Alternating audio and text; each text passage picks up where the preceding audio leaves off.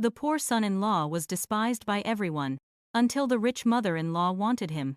In the final days of autumn, a delicate mist veiled the rolling hills of Asheville, tucked away from the city's noise. In a luxurious, old-money estate, was the domain of the Vance family matriarch, Eleanor.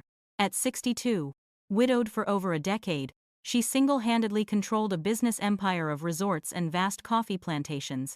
Though time had silvered her hair, her face retained an aristocratic elegance, a poised demeanor that commanded respect from all. To outsiders, she was a wealthy and powerful businesswoman, but few understood the loneliness that had enveloped her for years. Leo, a 25-year-old from a poor farming town, had married Isabel, Eleanor's daughter.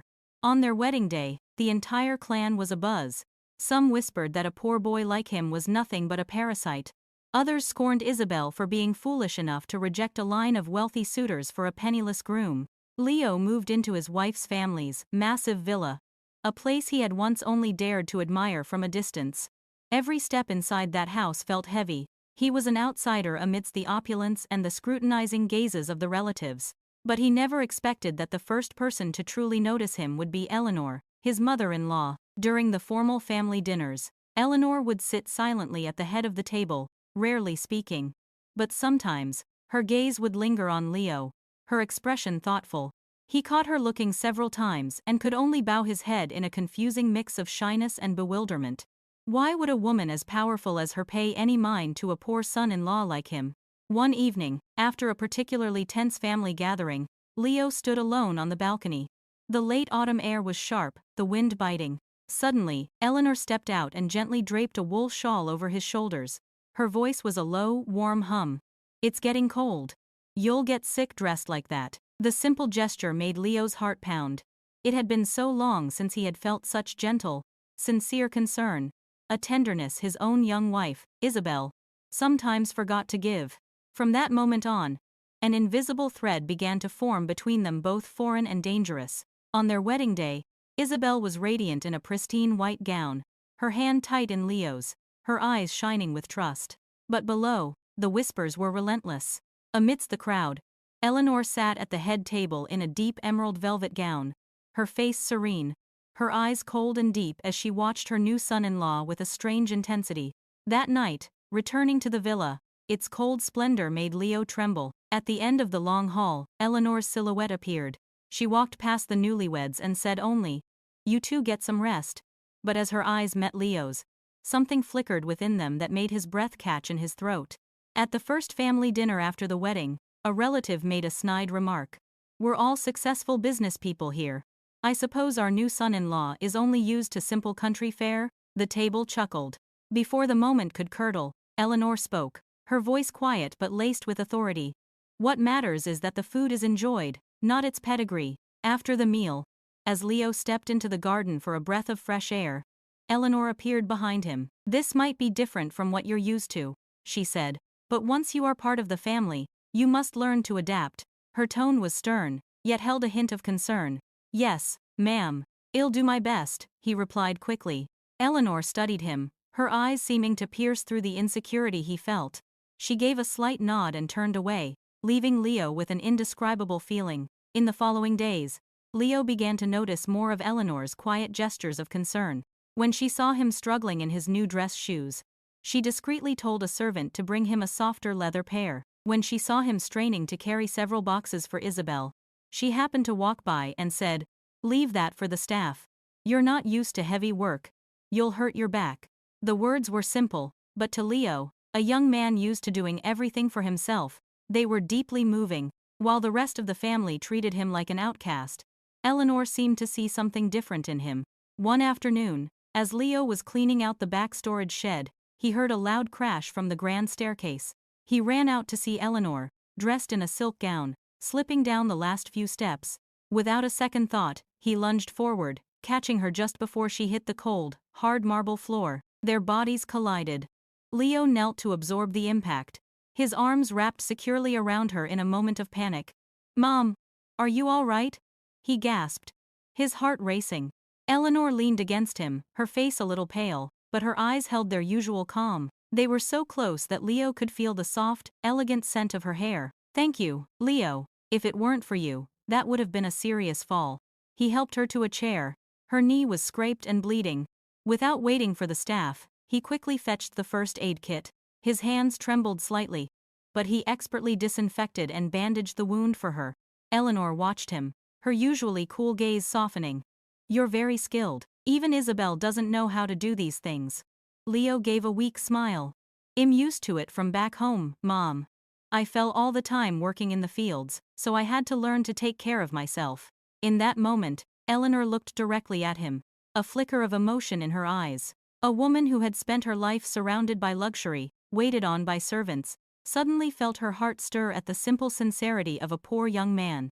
When Leo finished, she instinctively placed her hand on his.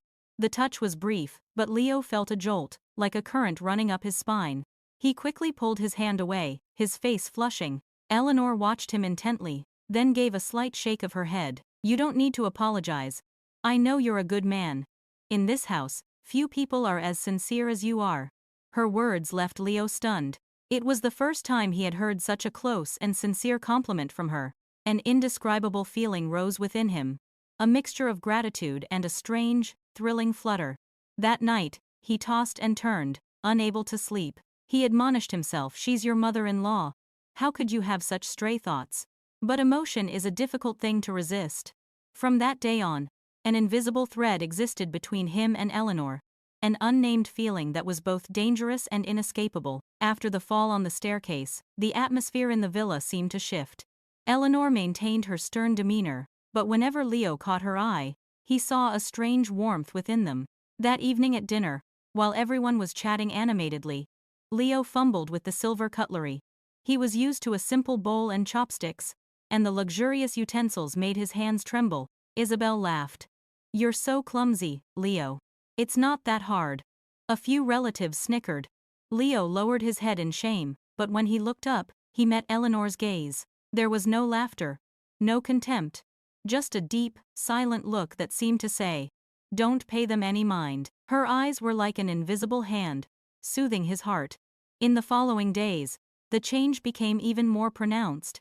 When Leo returned from an errand, he'd find Eleanor on the veranda, her eyes softly following him. When he stumbled on a step, she would quickly come to his side, placing a hand on his arm and asking quietly, "Are you all right? Be careful." Her gentle voice made his breath catch. The touch was brief, but for him, it evoked a feeling he couldn't name, part comfort, part unease. Meanwhile, Richard, Eleanor's younger brother, was the most openly hostile. He visited the villa frequently, partly to see his sister, and partly to act as a watchdog. Every time he saw Leo, a contemptuous smirk would play on his lips. One afternoon, he pulled Isabel aside. "Isabel, you're a smart girl," he said in a low voice. "Why did you marry a country bumpkin like him? He's only with you for the money. When it's time to take over the family business, you'll see he's useless." Those words were like silent daggers plunging into Isabel's heart. She trusted her husband, but she couldn't avoid moments of resentment when she saw the vast difference between his world and hers. At another dinner, Richard spoke up again. "Sister, look at this. A clumsy provincial son-in-law. Why don't you reconsider and find someone more worthy for Isabel?" The mood at the table soured. Leo went rigid, and Isabel's face flushed with anger. But Eleanor's voice remained calm. "He is my son-in-law, and that is final. You needn't say more. Everyone has their strengths and weaknesses. Sincerity is all that matters." Her response surprised everyone. Leo looked up and met Eleanor's eyes. This time, her gaze was not just protective. It held a tenderness, like a private affirmation meant only for him. His heart hammered in his chest, and he quickly looked down at his plate, flustered. That night, Leo sat alone on the veranda. The Asheville night wind was biting. He thought of Isabel, sleeping peacefully in their room, and then he thought of Eleanor's eyes. A sense of guilt washed over him, as if he were standing on the edge of two different cliffs. He knew this connection couldn't go anywhere, so why did his heart keep stirring? After the tense dinner, Leo became even more withdrawn. But one morning, Eleanor unexpectedly summoned him to her study. She sat behind her large desk, her expression serious, but her tone was calm. "Leo, now that you're living here, you should have a stable job. I've just opened a new coffee shop up on the hill, and I need a trustworthy manager. Would you be interested in trying?" Leo was floored. He had never imagined his mother-in-law would entrust him with such a responsibility. After a moment of hesitation, he quickly shook his head. I'm afraid I'm not capable. I've never been in business before. Eleanor watched him, her eyes deep and piercing. No one is born an expert. What matters is whether you're willing to learn. I believe you're not as useless as people say. Just try. You'll have me behind you, supporting you. In the days that followed, Eleanor personally took Leo to the coffee shop to guide him. She patiently showed him everything, from how to distinguish different types of coffee beans, and manage the books to how to interact with the staff. Once, she sat close beside him, her hand tracing figures in the ledger, her voice a low hum. Here, you try again. Just stay calm, and you'll get used to it. Her proximity, her warm breath, made Leo feel flustered. He tried to concentrate, but a strange feeling was stirring inside him. One evening, after they had finished reviewing the accounts at the shop, a heavy rain suddenly began to fall. A torrential mountain downpour caused a landslide on the only road back to the city, making it impassable. They were trapped, forced to stay in the small manager's room above the coffee shop. In the simple room, the rain hammered rhythmically on the tin roof. Seeing Eleanor shiver slightly from the cold, Leo didn't hesitate. He took off his jacket. Here, ma'am. Wear this to stay warm. She froze, her eyes fixed on his sincere face. She slowly accepted the jacket. In the small space, with just the two of them sitting opposite each other by a single yellow lamp, the silence made the air thick, as if it were hiding a dangerous secret. Eleanor looked up and met Leo's gaze. Their eyes locked, and a strange current passed between them. Leo quickly turned away, his heart racing, silently cursing himself. But reason was no match for emotion. Eleanor couldn't hide her own stirring feelings either. A strong gust of wind blew the window open with a bang. They both rushed to close it. Their hands accidentally touched. In that instant, they both froze. Leo turned his head, and their eyes met again. So close, their breaths seemed to mingle. For a second, 2 seconds, they both pulled back, as if they had just recognized a deep abyss opening up right in front of them. That night, the rain lasted until morning. The two of them sat in the small room, neither daring to speak, but the silence spoke more than 1,000 words. When the car arrived to pick them up the next morning, Eleanor stepped out first, her face having regained its usual stern composure. But as she walked past Leo, she paused and said, so quietly only he could hear, "Thank you for today." On the drive back, Leo sat in silence. His mind replayed the image of the rainy night, of Eleanor's eyes looking at him, filled with an unnamed emotion. He knew, from that moment on, things between them could never go back to the way they were. After returning from the trip, Isabel could feel a distinct change not only in her husband but also in her mother. Leo became quieter, his gaze always heavy, and sometimes, even when sitting right next to his wife, his mind seemed to be somewhere else entirely. As for Eleanor, though she maintained her calm exterior, she seemed to be hyper-aware of Leo's every small gesture. One morning, while tidying their bedroom, Isabel happened to find a dried wildflower pressed carefully inside one of Leo's books. She recognized it immediately. It was a rare bloom that grew only in her mother's private greenhouse. That evening, Isabel tried to probe her husband. "Honey, Mom's wildflowers are so beautiful. I saw you have one pressed in your book." Leo flinched, then forced a laugh. "Oh, your mom saw me admiring it the other day, so she gave me one. I must have accidentally dropped it in the book." The explanation sounded plausible, but the flicker of panic in his eyes only deepened Isabel's unease. She remembered all the times her husband had been distant, all the times her mother had looked at him with that strange expression. Suddenly, all the pieces connected, forming a terrifying suspicion. That night, Isabel tossed and turned. She quietly slipped out of bed and went to her mother's room.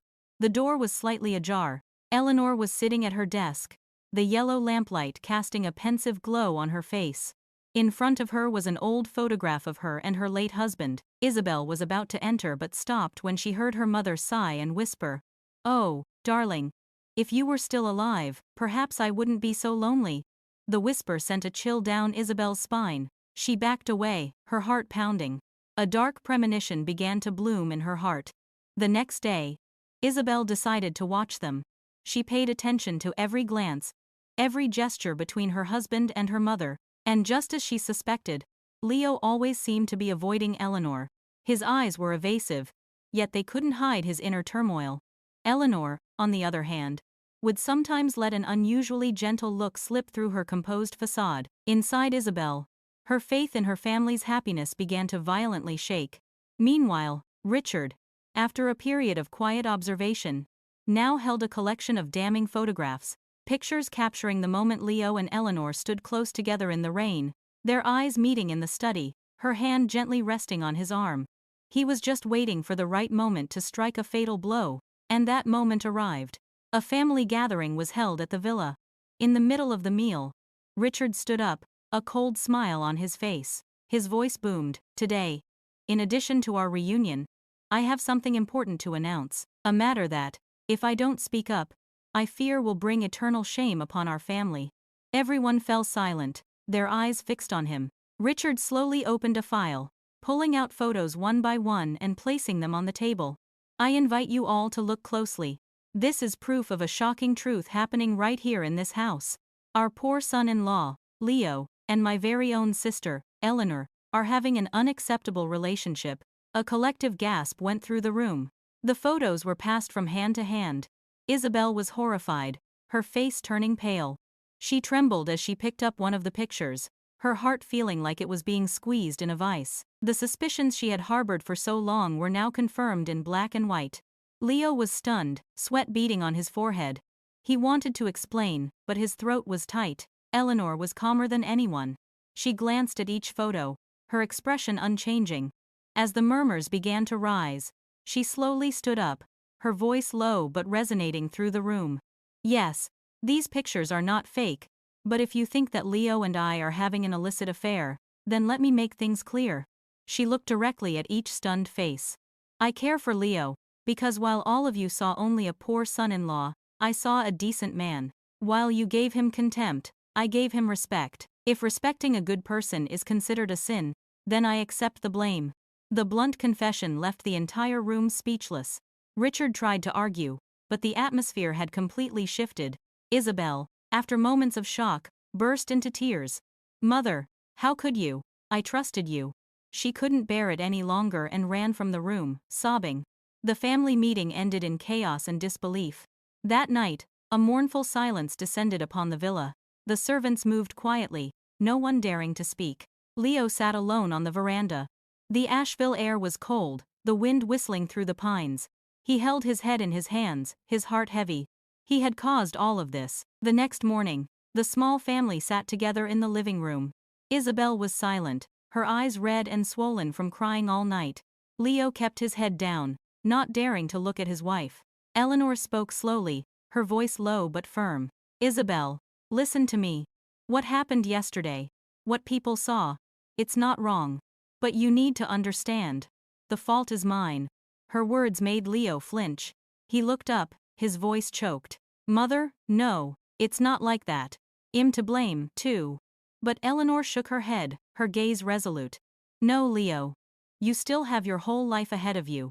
You need a home, a family. As for me, I'm more than halfway through my life. One more rumor, one more criticism. It means nothing. All that matters is that you and Isabel can have peace." She turned to her daughter, her voice choked with emotion. "I've been lonely for too long. When I saw Leo's sincerity, my heart weakened. I confused a mother's affection with a woman's admiration. As innocent, as just a victim of my weakness. If you must blame someone, blame me. Please, don't hate your husband." At these words, fresh tears streamed down Isabel's face. She trembled. "Mother, how can you say that? Do you have any idea what my life has been like these past few days? I feel betrayed by my own mother and the husband I love most." The room fell silent again. Leo collapsed into his hands, tears rolling down his cheeks. He wanted to hold Isabel, to beg for her forgiveness, but the chasm between them had grown too wide. Eleanor stepped forward and gently placed a hand on her daughter's shoulder, but Isabel sobbed, shrugging her mother's hand away before running back to her room. The slam of her door echoed through the villa. After the storm, a terrifying quiet settled over the grand house. Isabel locked herself in her room, refusing to answer any of Leo's knocks. As for Eleanor, though she remained outwardly calm, a deep weariness began to settle in her eyes. Leo was like a lost soul. He paced back and forth in the yard, his mind in turmoil. He had promised to make Isabel happy, but now, he was the source of her greatest pain. He knew he had to leave.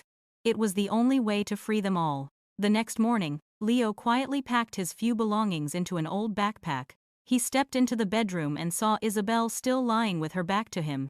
He hesitated, then gently slipped the wedding ring from his finger and placed it on the bedside table. "I'm sorry," he whispered. "I hope you'll be happy." Isabel didn't turn around, only clutched the corner of the blanket tighter.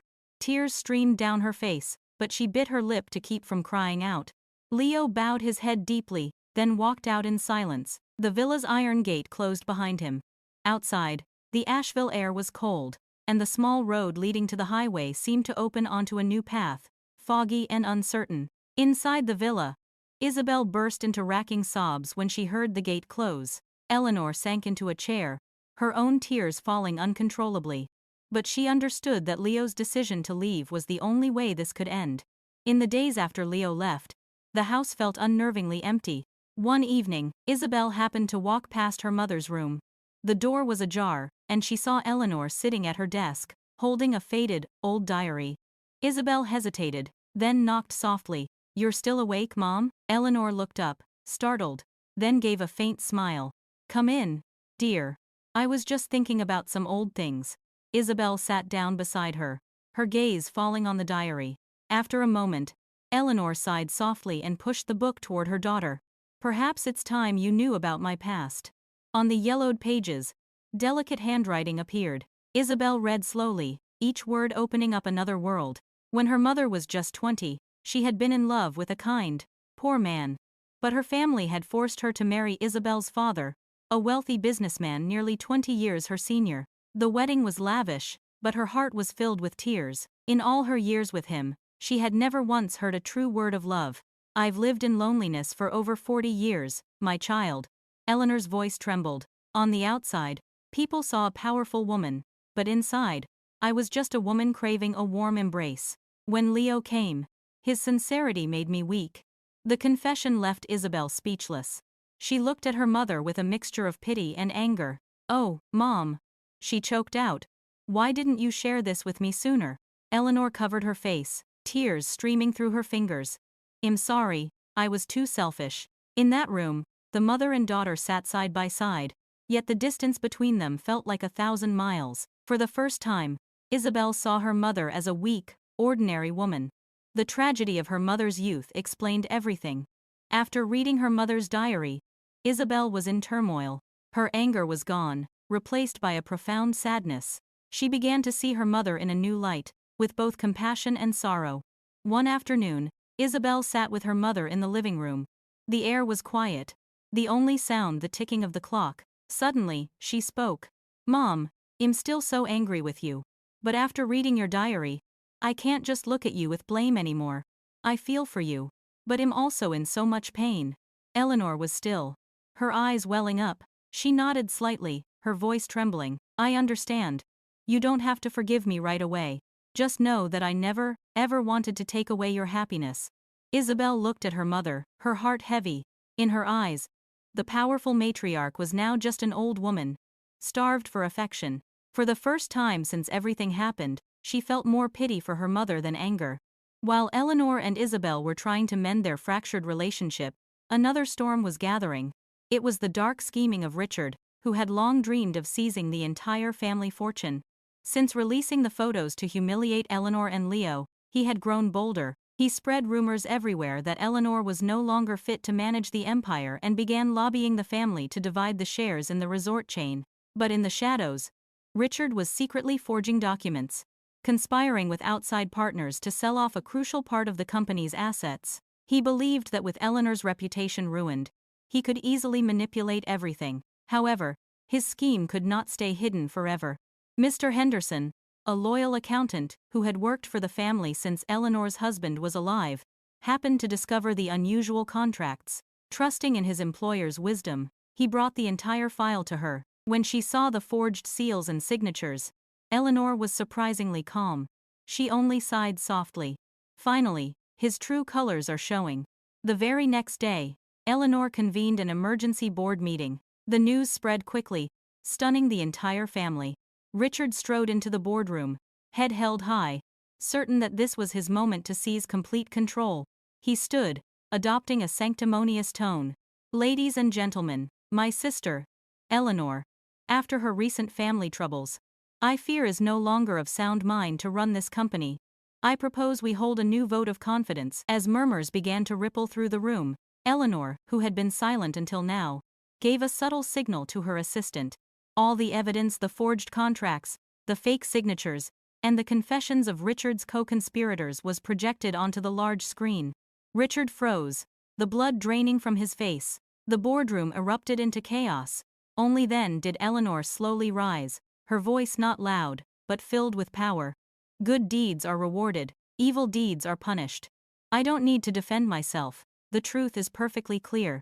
Faced with irrefutable evidence, Richard was handed over to the authorities. The man who had constantly spoken of family honor now bowed his head in shame. A criminal brought down by his own greed and envy. The news reached Leo and Isabel. In his hometown, Leo heard the story with a heavy heart. He knew that while he had been wrong in matters of the heart, another truth had at least come to light.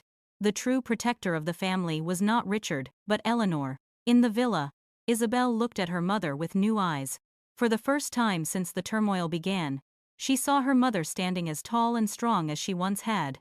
That woman, though at times lonely and weak, could still rise to fight against wickedness. Isabel walked over, took her mother's hand, and said softly, "Mom, I'm proud of you." A tear fell from the corner of Eleanor's eye, but this time, it was not a tear of shame, but of serenity. After the upheaval, the atmosphere in the family gradually settled. The malicious gossip from relatives dwindled, replaced by an admiration for Eleanor's strength. But even as the storm outside calmed, the wounds within their hearts still ached. One afternoon, Isabel drove to the countryside to see Leo. They sat facing each other in the small wooden house, sunlight slanting through the window. In the silence, Isabel spoke softly. "Leo, I've thought a lot. I understand a part of why this happened. I love my mother, and I know you once truly loved me. But what happened? We can't just act like it never happened." Leo lowered his head, his eyes red.